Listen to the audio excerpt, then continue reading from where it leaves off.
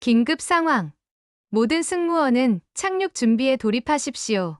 비상 착륙지는 인천국제공항입니다. 기내는 아수라장이 되었고 공포에 찬 승객들의 시선이 교차했습니다. 그 혼란 속 한 승무원의 얼굴은 점점 하얗게 질려갔습니다. 한국은 절대 가고 싶지 않았는데 왜 하필 한국이란 거야? 두려움에 얼어붙은 그녀의 손끝은 차가워지고 심장은 미친 듯이 뛰기 시작했습니다. 비행기는 활주로를 향해 점점 낮아졌고 창문에 비친 승무원의 눈빛은 절망과 공포로 일렁였습니다. 이 승무원에게 대체 무슨 사연이 있는 걸까요? 안녕하세요.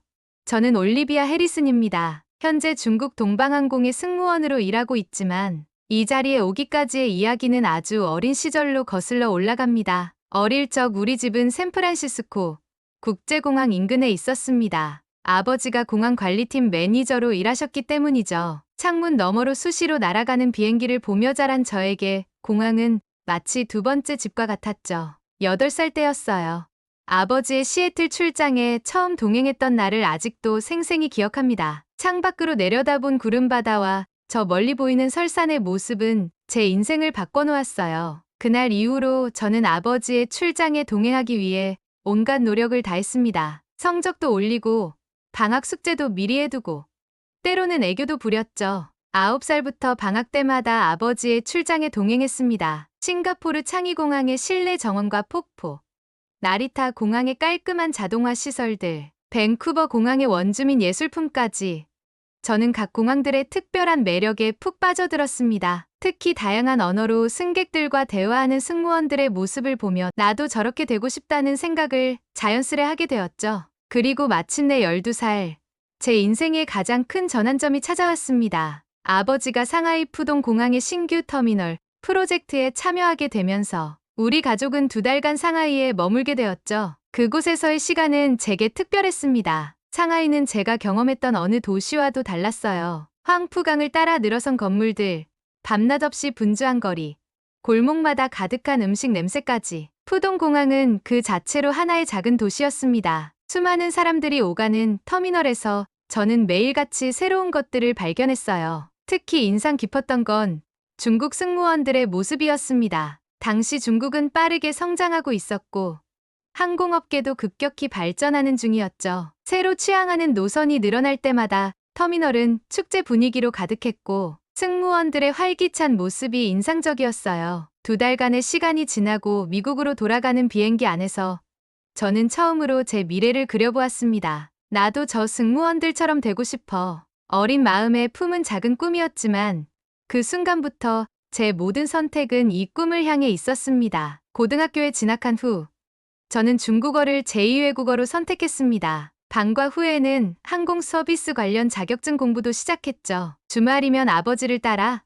공항에 가서 국제선 터미널을 구경하며 시간을 보냈습니다. 그때마다 다양한 항공사의 승무원들을 관찰하며 그들의 서비스 방식, 태도, 심지어 걸음걸이까지 유심히 살폈어요. 대학을 졸업하고 저는 미국의 대형 항공사에 입사했습니다. 5년 동안 국제선 승무원으로 일하면서 저는 제 적성을 확인할 수 있었어요. 꼼꼼하고 철저한 성격 덕분에 객실 서비스 평가에서 늘 최상위 등급을 받았고 위기 상황 대처 능력도 인정받았습니다. 하지만 마음 한켠에는 늘 그곳이 있었죠. 제 꿈이 시작된 상하이. 그래서 중국 동방항공의 외국인 승무원 채용 공고를 보았을 때 망설임 없이 지원서를 제출했습니다. 중국 항공업계의 특성, 서비스 문화의 차이점, 심지어 승무원들의 근무 조건까지 꼼꼼히 조사했고 이력서에는 어린 시절 중국에서 가족들과 했던 특별한 경험을 적었습니다. 마침내 합격 통지를 받던 날 가장 먼저 아버지께 전화를 드렸습니다. 아버지는 제가 정말 자랑스럽다고 말씀해 주셨어요. 이제 저는 상하이 푸동공항을 거점으로 하는 승무원이 되었습니다. 어린 시절의 달콤한 추억이 현실이 된 거죠. 하지만 그때는 몰랐습니다. 제가 마주하게 될 현실이 제 상상과는 너무나 다르다는 것을 말이죠. 그리고 이 선택이 제 인생을 어떻게 바꿔놓게 될지를 말이에요. 드디어 꿈을 이루는구나. 상하이 푸동 국제공항으로 향하는 비행기 안에서 저는 설렘을 감출 수 없었습니다. 어린 시절의 그 특별했던 기억이 현실이 되는 순간이었으니까요.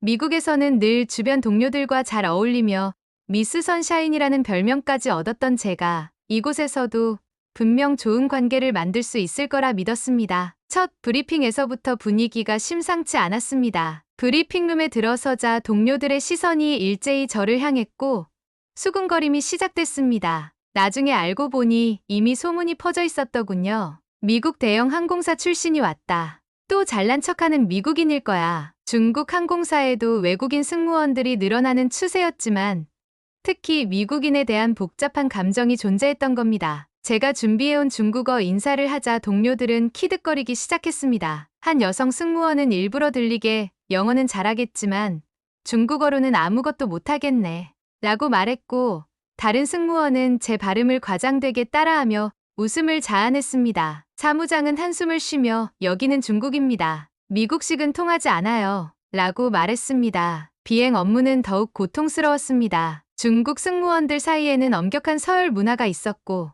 외국인 신입인 저는 자연스럽게 가장 힘든 업무를 맡게 되었습니다. 특히 사무장은 저를 비즈니스석 담당으로 배정하고는 유독 까다롭게 감시했습니다. 미국에서 잘 나가던 실력을 보여주세요. 라는 말에는 분명한 빈정거림이 묻어 있었습니다. 첫 달은 실수의 연속이었습니다. VIP 승객 응대에서 큰 실수를 한 날, 저는 처음으로 눈물을 보였습니다. 중국 IT 기업 회장의 특별 기내식 요청 사항을 전달받지 못했던 것입니다. 평소 다른 승무원들은 이런 중요한 정보를 자신들끼리만 공유했고 저는 늘 마지막에 허둥지둥 알게 되곤 했습니다. 승객이 크게 화를 내고 사무장이 호출되었을 때 동료들은 뒤에서 역시 미국인은 안 되나 봐 라며 수군거렸습니다. 생활관에서의 일상은 더욱 고단했습니다. 에어컨이 고장난 좁은 방에서 밤새 땀을 흘리며 뒤척이는 건 기본이었습니다. 수리 요청을 해도 외국인 숙소는 나중에라는 답변만 돌아왔죠. 옆방의 소음도 심각했습니다. 매일 밤 늦게까지 이어지는 중국 노래방 수준의 소음에 저는 결국 귀마개와 이어폰으로 무장한 채 잠들어야 했습니다. 장마철의 어느 날, 그날은 어머니 생신이었습니다. 일부러 동료들 몰래 작은 케이크를 사서 방으로 가져왔죠. 케이크 촛불을 켜고 어머니와 영상통화를 하려 했습니다. 비록 멀리 있지만 촛불 부는 모습을 보고 기뻐하실 어머니를 생각하니 마음이 설렜습니다. 하지만 VPN은 계속 끊겼고 결국 케이크 촛불은 홀로 끄고 짧은 음성 메시지로 생신 축하를 대신해야 했습니다. 창밖으로 쏟아지는 빗소리를 들으며 작년 이맘때 어머니와 함께 비 오는 날 마시던 따뜻한 코코아가 떠올랐습니다. 점심시간은 또 다른 고통이었습니다. 미국에서는 늘 웃음꽃이 피던 식사 시간이 이곳에서는 가장 긴장되는 순간이 되었습니다. 중국인 승무원들은 큰 원을 만들어 앉아 이야기꽃을 피웠고 매일같이 단체 사진을 찍어 SNS에 올렸습니다. 하지만 저는 늘 그 원 밖에 있었죠. 용기를 내어 다가가면 갑자기 아예 자리를 옮겨버리기까지 했습니다. 시간이 흐를수록 상황은 더욱 악화되었습니다. 스케줄 배정에서도 차별이 심했습니다. 인기 있는 노선은 모두 중국인 승무원들의 차지였고 저는 늘 피로도 높은 심야 비행만 맡게 되었습니다. 항의를 해도 돌아오는 답변은 외국인은 선택권이 없습니다. 라는 차가운 말뿐이었죠. 처음에는 이건 적응 기간일 뿐이야 라고 스스로를 다독였습니다. 하지만 2달, 3달이 지나도 상황은 나아지지 않았습니다. 오히려 동료들의 태도는 더욱 노골적으로 변했습니다. 제가 중국어를 알아들을 수 있다는 걸 알면서도 일부러 제 앞에서 저를 비하하는 대화를 나누었습니다. 미국에서는 잘 나가던 실력이 여기서는 안 통하나 봐. 외국인들은 다 똑같아. 오래 못 버티고 도망가지. 매일 밤 생활관으로 돌아와 창밖의 상하이 야경을 바라보며 생각했습니다. 어린 시절 이곳에서 느꼈던 그 설렘과 낭만은 어디로 사라진 걸까요? 지금의 제 모습은 미국에서 늘 밝고 친근했던 그 올리비아가 맞나요?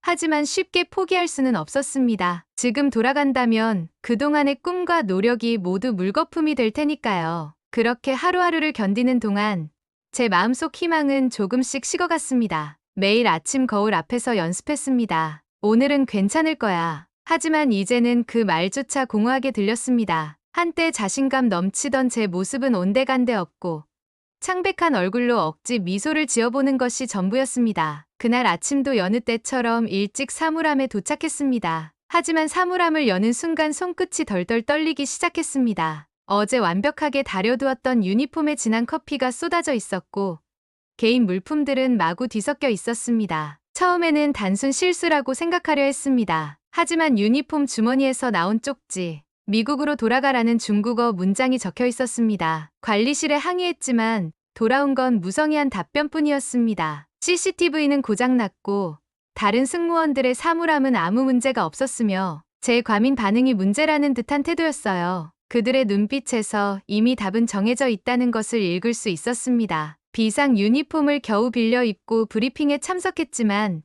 마음은 이미 무너져 내린 후였습니다. 최근 들어 이런 일들이 잦아졌습니다. 비행 스케줄이 갑자기 변경되어 있거나 VIP, 승객 응대에서 의도적으로 정보가 차단되는 일이 잦았습니다. 특히 지난주 베이징 노선에서 있었던 일은 최악이었습니다. 중국 유명 기업 회장님의 특별 기내식 요청사항을 아무도 제게 전달해주지 않았습니다. 다른 승무원들은 이미 알고 있었음에도 말이죠. 결국 잘못된 식사가 제공되었고 승객의 불만이 폭발했습니다. 사무장은 제게 모든 책임을 물었고 동료들은 뒤에서 미국인은 일도 제대로 못하네 라며 수군거렸습니다. 그날 밤 사무실에서 마주친 동료의 표정에서 이 모든 것이 의도적이었음을 깨달았습니다. 모든 것이 우연으로 치부하기에는 너무나 계획적이었습니다. 브리핑 도중 저는 상하이 베이징 노선의 새로운 기내 서비스 방식에 대해 질문했습니다. VIP 승객의 개별 요청사항을 기록하고 공유하는 절차가 명확하지 않아서였죠. 하지만 제 질문이 끝나기도 전에 동료들은 비웃음을 터뜨렸고 중국어로 이해하기 쉽게 다시 설명했음에도 불구하고 일부러 더 빠른 속도로 중국어를 사용하며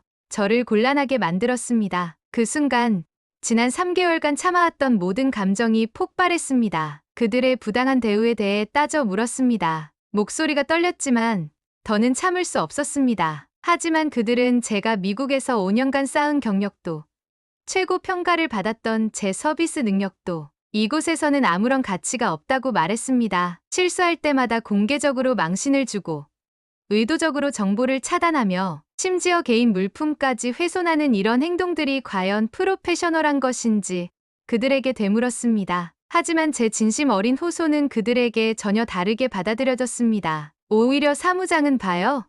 역시 미국인들은 달라요. 자기들이 최고라고 생각하니까 이렇게 나오는 거예요. 라며 다른 승무원들을 부추겼고 브리핑룸은 순식간에 조소와 비웃음으로 가득 찼습니다. 제가 흘린 눈물은 그들에게 미국인의 오만한 자존심이 상한 것으로만 보였나 봅니다. 생활관으로 돌아오는 길, 상하이의 야경이 눈에 들어왔습니다. 20년 전 12살에 제가 처음 이곳을 방문했을 때가 떠올랐습니다. 아버지와 함께 와이탄 거리를 걸으며 먹었던 샤오롱바오의 맛, 황푸강 유람선에 반짝이는 불빛들, 처음 본 푸동 공항의 웅장한 모습까지 그때는 이곳이 마법 같은 도시였습니다. 하지만 지금의 상하이는 달랐습니다. 화려한 야경 뒤에 가려진 차가움, 발전된 도시 이면의 배타성, 그리고 무엇보다 제가 꿈꾸던 해외 생활과는 너무나도 다른 현실. 매일 밤 혼자 흘리는 눈물은 이미 일상이 되어버렸습니다. 휴대폰에는 친구들의 응원 메시지가 가득했습니다. 넌 할 수 있어.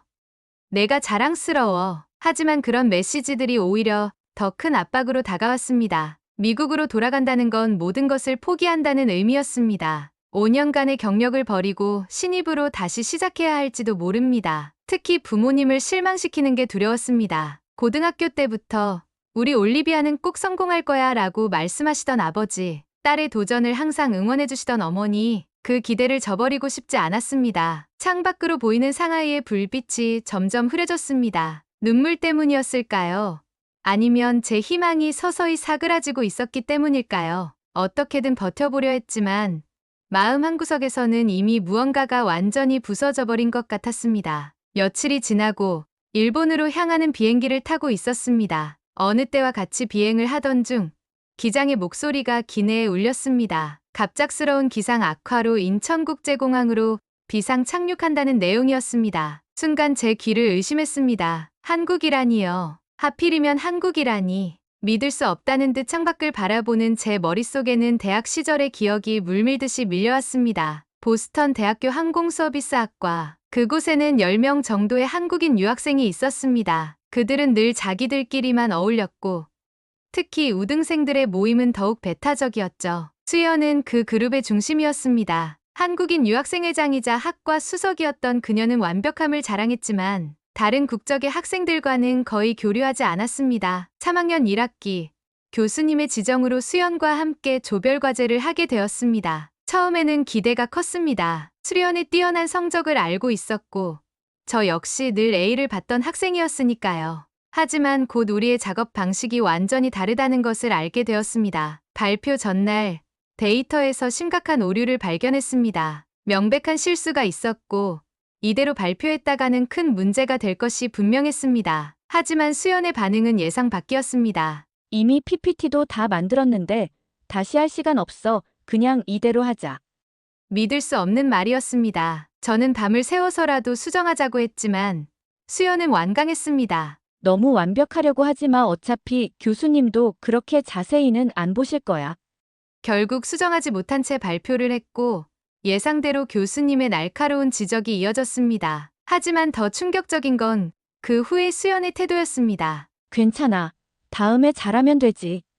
마치 아무 일도 아니라는 듯한 그 말에 저는 할 말을 잃었습니다. 그 순간 깨달았습니다. 한국의 빨리빨리 문화, 실수를 대수롭지 않게 여기는 태도, 결과만을 중시하는 사고방식, 이것이 제가 이해할 수 없었던 그들만의 문화였던 거죠. 과거의 기억에서 빠져나와 어수선해진 기내 안을 둘러보았습니다. 비행기가 고도를 낮추기 시작하자 기내는 순식간에 아수라장이 되었습니다. 첫 번째 난기류에 부딪혔을 때는 기내 물품이 크게 흔들리는 정도였지만 두 번째 충격은 더욱 거셌습니다. 천장 선반에서 캐리어가 떨어질 듯 덜컹거렸고 승객들의 비명이 여기저기서 터져 나왔습니다. 비즈니스석의 중국인 승객이 사무장을 호출했습니다. 왜 하필 한국입니까? 일본 공항은 안 되는 겁니까? 그의 목소리에는 불만과 불안이 섞여 있었습니다. 다른 승객들도 동조하듯 수군거리기 시작했고 객실은 순식간에 불안한 목소리들로 가득 찼습니다. 기내 조명이 깜빡이기 시작했습니다. 그 순간 제 앞자리에 앉아있던 어머니가 품에 안긴 아이를 더욱 꽉 껴안았습니다. 아이는 이미 울음을 터뜨린 지 오래였고 어머니 역시 눈물을 참는 게 역력했습니다. 비즈니스석의 대부분 승객들은 손잡이를 꽉 쥔 채 굳어 있었고 일부는 기도를 시작했습니다. 현재 고도 15,000피트, 악기상으로 인해 인천국제공항으로 비상 착륙을 진행하겠습니다. 기장의 목소리가 떨리고 있었습니다. 14년 경력의 베테랑 기장님의 목소리가 흔들린다는 것은 상황이 정말 심각하다는 의미였습니다. 옆자리의 중국인 신입 승무원이 제 팔을 붙잡았습니다. 선배님, 한국공항이 이런 비상 상황을 제대로 처리할 수 있을까요? 차라리 일본이었다면. 다른 승무원들의 표정에서도 같은 불안감이 읽혔습니다. 갑자기 기체가 크게 흔들렸고 천장에서 산소 마스크가 떨어졌습니다. 순간 승객들의 비명이 더욱 커졌고 일부 승객들은 히스테리 상태에 빠지기 시작했습니다. 저는 최대한 침착한 목소리로 안내 방송을 했지만 속으로는 불안감이 점점 커져갔습니다. 인천타워, 여기는 CA521편 현재 고도 1만 피트, 비상 착륙 요청합니다. 기장의 교신 소리가 들렸습니다. 이어진 관제탑의 응답은 의외로 침착했습니다. 하지만 이것이 오히려 더 불안하게 느껴졌습니다. 한국의 빨리빨리 문화가 이런 위급한 상황에서도 나타나지는 않을까, 실수를 대수롭지 않게 여기는 태도로 더 큰 위험이 생기지는 않을까 걱정됐습니다. 폭우가 창문을 거세게 두들겼고 시야는 점점 제한되었습니다. 이런 기상 조건에서의 비상 착륙이라니 불안감은 더욱 커져만 갔습니다. 자꾸 대학 시절 수연과의 일이 떠올랐습니다. 착륙 5분을 앞두고 비행기가 구름을 뚫고 내려왔습니다. 그리고 그때 예상치 못한 광경이 눈에 들어왔습니다. 활주로를 따라 늘어선 비상 차량들의 모습이었습니다. 빨간색 소방차, 노란색 구급차, 검은색 지원 차량들이 마치 군대의 열병식처럼 정확한 간격을 유지한 채 대기하고 있었죠. 그 모습은 분명 인상적이었습니다. 하지만 저는 여전히 의구심을 떨칠 수 없었습니다. 겉모습만 그럴듯하게 보이는 것은 아닐까? 실제 비상 상황이 발생했을 때 제대로 대처할 수 있을까? 수연과의 프로젝트처럼 보여주기식 준비만 하고 실제 내용은 부실하진 않을까? 비행기가 활주로에 접근하면서 승객들의 긴장감은 최고조에 달했습니다. 일부 승객들은 눈을 감은 채 기도를 했고 다른 이들은 손에 땀을 쥔 채 창밖을 응시했습니다. 저 역시 심장이 터질 듯이 뛰었습니다. 비행기가 착륙하는 순간 예상과 달리 충격이 거의 없었습니다. 비상 착륙이었음에도 마치 일반 착륙처럼 부드러웠습니다. 기체가 멈추기도 전에 양쪽에서 비상 차량들이 동시에 움직이기 시작했습니다. 이어진 통제탑의 교신은 더욱 놀라웠습니다. CA 521편 3번 게이트로 안내하겠습니다. 정비팀 대기 중. 영어와 중국어가 물 흐르듯 자연스럽게 이어졌고 우리 기장의 목소리에서도 처음으로 안도감이 느껴졌습니다. 터미널로 이동하는 동안 제 눈에 들어온 모든 것들이 충격적이었습니다. 비상 상황을 대비한 직원들의 움직임은 마치 정교한 시계처럼 정확했습니다. 빨간 제복을 입은 정비팀은 이미 비행기 주변에서 체계적으로 움직이고 있었고 구조대원들은 신속하게 승객 대피 경로를 확보했습니다. 특히 인상적이었던 건 승객 관리 시스템이었습니다. 320명의 승객을 단 20분 만에 안전하게 대피시켰고 각 승객의 상태를 즉시 확인하여 필요한 조치를 취했습니다. 노약자와 어린이를 위한 별도 통로가 마련되어 있었고 중국어를 구사하는 직원들도 적재적소에 배치되어 있었습니다. 대기실로 안내되는 동안 저는 계속해서 주변을 살폈습니다. 중국 푸동 공항에서 봤던 광경과 자연스럽게 비교가 되더군요. 중국의 공항도 깔끔하고 정돈되어 있었지만 이곳에는 뭔가 다른 것이 있었습니다. 더 유연하면서도 더 체계적인 느낌이었달까요? 이쪽으로 안내해드리겠습니다.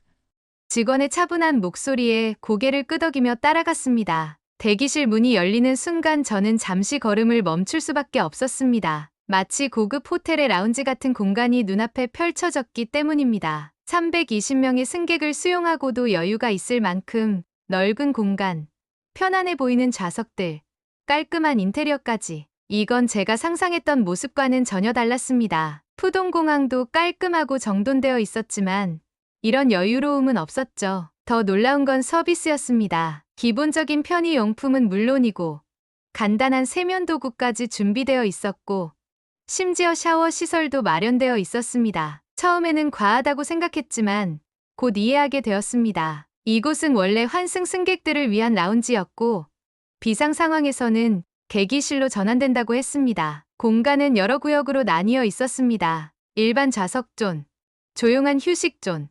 비즈니스존까지. 특히 비즈니스존에는 간단한 업무를 볼 수 있는 시설이 갖춰져 있었습니다. 인천공항은 승객의 편안함까지 고려한 세심한 배려가 돋보였고 푸동공항과는 비교도 되지 않았습니다. 단순히 크기나 효율성만이 아닌 사람을 중심에 둔 공항이라는 느낌이었어요. 그때 로비에 있던 한국인 직원이 제게 다가와 따뜻한 핫팩을 건네주었습니다. 순간 말을 잃었습니다. 한국인에게 이런 섬세한 배려가 있을 거라고는 생각도 못했습니다. 창밖으로는 야간임에도 밝게 빛나는 공항 전경이 보였습니다. 건물의 외관도 인상적이었습니다. 중국 공항과는 비교도 안 되는 인테리어였습니다. 대기실 한쪽에서는 공항 직원들이 승객들의 연결편을 재조정하고 있었습니다. 단순히 임시 대피소가 아닌 실제로 기능하는 공항 시스템이 가동되고 있었던 거죠. 특히 인상적이었던 건 직원들의 움직임이었습니다. 공항 직원들의 움직임은 중국 푸동공항과는 완전히 달랐습니다. 푸동공항에서는 종종 업무 지연과 혼선이 빚어지곤 했지만 이곳에서는 모든 것이 마치 잘 짜인 시계처럼 정확하게 움직였습니다. 직원들은 각자의 역할을 완벽히 파악하고 있었고 누구 하나 허둥대는 모습이 보이지 않았습니다. 빠르지만 혼란스럽지 않고 신속하지만 효율적이었습니다. 정비센터는 매우 체계적으로 운영되고 있었습니다. 각 정비 구역마다 디지털 보드가 설치되어 있어 정비 이력과 진행 상황을 한눈에 확인할 수 있었고 정비사들은 실시간으로 소통하며 문제를 해결해 나갔습니다. 특히 인상적이었던 건 작은 이상 징후도 즉시 공유하고 대책을 논의하는 모습이었습니다. 정비고 안은 처음 봐도 어디에 무엇이 있는지 쉽게 파악할 수 있을 만큼 정리가 잘 되어 있었습니다. 부품 하나하나에 라벨이 붙어 있었고 정비사들은 체크리스트를 꼼꼼히 확인하며 작업을 진행했습니다. 그들의 움직임은 신속했지만 결코 서두르는 모습은 보이지 않았습니다. 미국의 공항에서도 비슷한 시스템을 본 적이 있었지만 이곳은 조금 달랐습니다. 작은 문제도 실시간으로 공유하고 즉각적인 대책을 마련하는 모습이 인상적이었습니다. 특히 부서 간 협력이 눈에 띄었는데 정비팀과 운항관리팀, 지상 직원들이 마치 하나의 팀처럼 움직였습니다. 우리 비행기의 전자 시스템 문제도 놀라울 정도로 빠르게 진단되었습니다. 정비사들은 차분하게 각자의 역할을 수행하면서도 서로 긴밀하게 소통하며 문제를 하나씩 해결해 나갔습니다. 옆에서 지켜보던 중국인 동료의 표정도 점점 놀라움으로 바뀌어 갔습니다. 비상 상황실에서는 각 부서의 담당자들이 실시간으로 상황을 공유하고 있었습니다. 모든 대응이 매뉴얼에 따라 진행되었지만 그 과정이 딱딱하지 않고 유연했습니다. 비상 상황에서도 침착하게 대처하는 모습에서 평소 훈련이 얼마나 철저했는지 짐작할 수 있었습니다. 창 밖으로는 여전히 비행기 주변에서 정비팀이 움직이고 있었습니다. 제가 알고 있던 빨리빨리 와는 분명 다른 모습이었습니다. 속도를 내면서도 정확성을 잃지 않는 모습, 효율성을 추구하면서도 안전을 최우선으로 여기는 태도가 인상적이었습니다. 대기실로 돌아와 보니 승객들의 표정도 많이 달라져 있었습니다. 처음의 불안과 불만은 찾아볼 수 없었고 오히려 안도감이 느껴졌습니다. 일본 공항을 고집하던 중국인 승객도 이제는 편안한 모습으로 휴식을 취하고 있었습니다. 적어도 한 가지는 확실해졌습니다. 지금까지 제가 봐온 공항들 중에서 이렇게 체계적이면서도 유연한 운영 시스템을 가진 곳은 드물었다는 것입니다. 대학 시절 수연과의 경험으로 한국의 모든 것을 판단했던 제 자신이 부끄러워졌습니다. 이런 생각을 하고 있을 때 한 공항 직원이 따뜻한 차를 건네주었습니다. 차 한 잔의 온기가 손을 타고 전해지면서 제 차가웠던 마음도 조금씩 녹아내리는 것 같았습니다. 비행기 점검 상황도 실시간으로 공유되었습니다. 문제가 발견된 전자 시스템의 정비 진행 상황을 단계별로 안내해 주었고 예상 소요 시간까지 구체적으로 설명해 주었습니다. 이런 투명한 정보 공유는 승객들의 불안감을 크게 덜어주었습니다. 밤이 깊어갈수록 이곳의 서비스는 더욱 세심해졌습니다. 담요가 필요한 승객, 의료진의 도움이 필요한 승객, 기저귀를 갈아야 하는 영아 승객, 각각의 요구사항에 맞춰 필요한 지원이 이루어졌습니다. 이제는 확실히 알 수 있었습니다. 제가 한국을 판단하는데 너무 성급했다는 것을요. 한 번의 안 좋은 기억으로 모든 것을 단정 지으려 했던 건 아니었을까요? 빨리빨리는 단순히 서두름이 아닌 효율성을 추구하는 다른 방식일 수도 있었습니다. 자정이 가까워질 무렵 회사에서 연락이 왔습니다. 기상 악화로 인해 당분간 이루기 어렵고 비행기 정비에도 시간이 더 필요하다는 내용이었습니다. 결국 모든 승객과 승무원은 인천 시내의 호텔로 이동하게 되었습니다. 호텔로 향하는 버스 안에서 창밖을 바라보았습니다. 여전히 비가 내리고 있었지만 이제는 그 빗소리마저 달리 들렸습니다. 어쩌면 이번 비상 착륙은 제게 주어진 특별한 기회일지도 모른다는 생각이 들었습니다. 호텔에 도착하자 직원들이 따뜻한 차와 간단한 식사를 준비해 주었습니다. 피곤한 승객들을 배려한 세심한 서비스였습니다. 이날의 경험은 시작에 불과했습니다. 앞으로 이틀 동안 제가 알지 못했던 한국의 또 다른 모습들이 저를 기다리고 있었으니까요. 이틀이라는 짧은 시간이었지만 인천에서의 경험은 제 인생을 완전히 바꿔놓았습니다. 첫날 밤, 호텔 레스토랑에서 맞이한 직원의 모습이 인상적이었습니다. 비상 착륙으로 인해 피곤하실 텐데 이 국물 요리가 피로 회복에 좋아요. 중국에서는 느낄 수 없었던 자연스러운 친절이었습니다. 다음 날 아침, 정비에 예상보다 시간이 더 필요하다는 연락을 받았습니다. 푸동공항 같았다면 승객들의 불만이 터져나왔겠지만 이곳은 달랐습니다. 항공사 직원들은 이미 대체 항공편과 숙박 연장 계획을 준비해두었고 모든 정보를 명확하게 전달했습니다. 저는 몇몇 중국인 동료들과 함께 공항에 남기로 했습니다. 승무원 전용 라운지에서 느낀 첫 인상은 신선한 충격이었습니다. 푸동공항의 시설도 나쁘지 않았지만 이곳은 달랐습니다. 단순히 시설이 좋다는 게 아니었습니다. 모든 공간이 실제 사용자의 필요를 철저히 고려해 설계된 느낌이었습니다. 점심시간에 들른 공항 식당에서도 차이를 느꼈습니다. 푸동공항의 구내 식당은 항상 혼잡하고 소란스러웠지만 이곳은 질서정연했습니다. 한국 직원들은 자연스럽게 우리를 대화에 초대했고 편안한 분위기에서 이야기를 나눌 수 있었습니다. 오후에 정비 과정을 참관하면서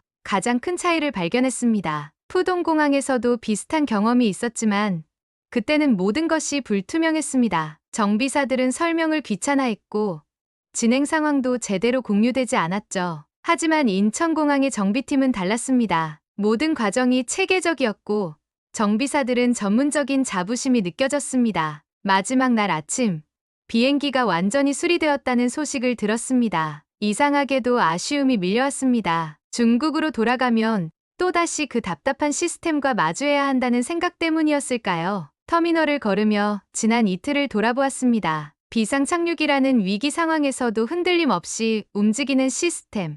매 순간 전문성이 느껴지는 직원들의 태도, 효율성 속에 숨어있는 따뜻한 배려까지 중국에서 1년 넘게 근무하면서 단 한 번도 느끼지 못했던 것들이었습니다. 특히 인상적이었던 건 모든 직원들의 자부심이었습니다. 푸동공항에서는 직원들이 자주 불평했고 책임을 서로에게 미루는 모습을 자주 보았습니다. 하지만 이곳의 직원들은 달랐습니다. 이곳에서 10년째 일하고 있습니다. 라는 말에 묻어나는 자부심은 거짓일 수 없었습니다. 출국장으로 향하는 길, 문득 지난밤 찾아본 한국항공사 채용 공고가 떠올랐습니다. 처음에는 단순한 호기심이었지만 이제는 진지한 고민이 되어 있었습니다. 중국행 비행기를 기다리며 저는 결심했습니다. 다음 채용 시즌에 지원하기로 말이죠. 이제 더는 두렵지 않았습니다. 이곳에서 보고 배운 진정한 전문성과 서비스 정신이 제게 새로운 기준을 제시해 주었으니까요. 며칠 전까지만 해도 저는 한국에 대한 편견으로 가득했습니다. 대학 시절의 안 좋은 기억 하나로 모든 것을 단정 지었던 거죠. 하지만 이제는 다릅니다. 비상 착륙이라는 위기 상황에서 오히려 저는 새로운 기회를 발견했습니다. 생각해보면 우스운 일입니다. 중국에서 꿈을 이루려 했지만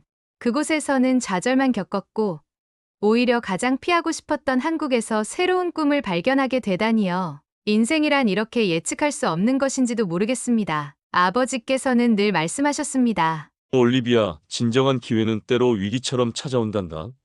이제야 그 말씀의 의미를 진정으로 이해할 수 있을 것 같습니다. 이번 비상 착륙은 분명 위험한 순간이었지만 동시에 제 인생의 새로운 전환점이 되어 주었으니까요. 한국으로 돌아가기 위해서는 아직 준비할 것이 많습니다. 하지만 이제는 두렵지 않습니다. 제가 본 인천공항의 모습, 그곳에서 만난 사람들, 그리고 그들이 보여준 전문성과 따뜻함이 제게 새로운 용기를 주었으니까요. 언젠가 다시 인천공항에서 이번에는 승객이 아닌 승무원으로 서 있을 제 모습을 그려봅니다. 그날은 분명 제가 누군가에게 도움이 되고 또 다른 이의 편견을 깨는 계기가 되어줄 수 있을 것입니다. 이제 이 이야기를 마무리하려 합니다. 하지만 저의 새로운 도전은 이제 막 시작되었습니다. 다음에 제 이야기를 들려드릴 때는 아마도 인천공항의 승무원이 되어 있지 않을까요? 중국에서 힘든 시간을 보낸 끝에 한국에서 새로운 꿈을 꾸게 된 올리비아의 이야기. 재밌게 들으셨나요? 그녀가 한국에서 꿈을 이뤄가는 여정을 계속 응원해 주시면 좋겠습니다. 언젠가 인천공항에서 다시 만나게 될 날을 기대하며 오늘 이야기를 마칩니다. 오늘도 감동보리를 시청해 주셔서 감사합니다. 좋아요, 알림, 구독 부탁드립니다.